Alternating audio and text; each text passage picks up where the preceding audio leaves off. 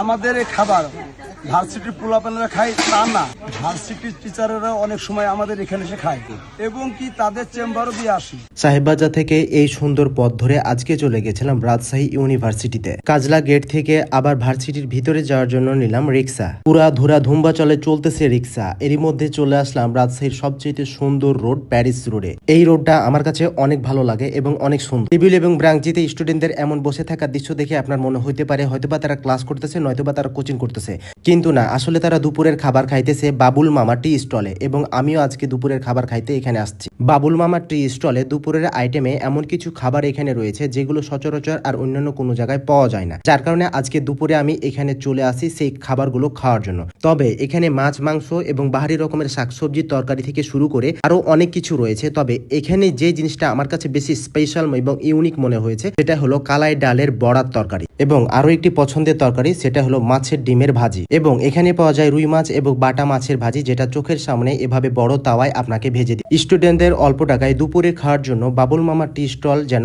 এক অন্যরকম জায়গা। খোলামেলা আকাশের নিচে আমি একটা জায়গা দেখে বসে পড়ি এবং আমার পছন্দের কিছু খাবার এখানে কিন্তু অর্ডার করি।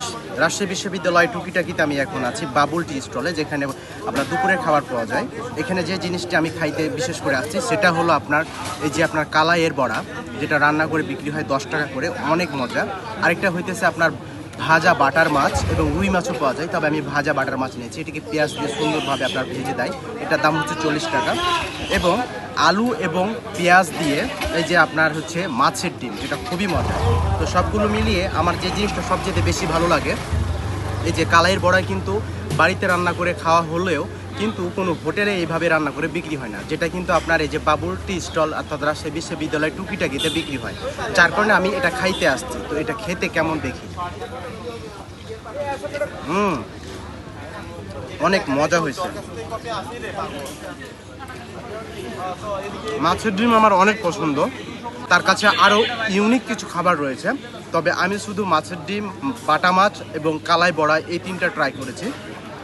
তার কাছে কিন্তু অনেক মজার মজার সবজিও রয়েছে। কালাই বড়ার এই তরকারিটা খেতে এতটাই মজা, যখন ভাতের সাথে মিক্সড করে খাচ্ছিলাম তখন আমার মুখে মনে হচ্ছে অন্যরকম একটি ফ্লেভার বাস্ট হচ্ছে, মানে এত টেস্ট এবং এত মজা। কালাই বড়ার এই তরকারিটা হচ্ছে আপনার 10 টাকা পিস এবং বাটা ভাজার মাছ হচ্ছে আপনার 40 টাকা এবং মাছের ডিমের ভাজি হচ্ছে মাত্র 30 টাকা। সব মিলিয়ে দুপুরের খাবারের আইটেমগুলো যেগুলো আমি ট্রাই করেছি সবগুলো অনেক মজা ছিল এবং প্রাইসের দিক দিয়েও রিজনেবল ছিল। বাবুল ভাই, এই যে আপনার যে কালাইয়ের বড়া, এটা আপনি আসলে কিভাবে তৈরি করেন? এত মজা, এত টেস্টি। এটা আমরা কালাইকে নিয়ে যে শুকিয়ে সুন্দর করে বাটিয়ে ব্লেন্ডারে বাটতে হবে। ব্লেন্ডারে বাইটা, মানে এটা দিনে দিনে করেন? দিনে দিনে।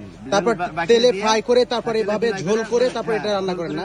বা বিশ্বাস করেন, এটা পেঁয়াজ দিয়ে কালাইয়ের যেভাবে তৈরি করছেন এত মজা খেতে।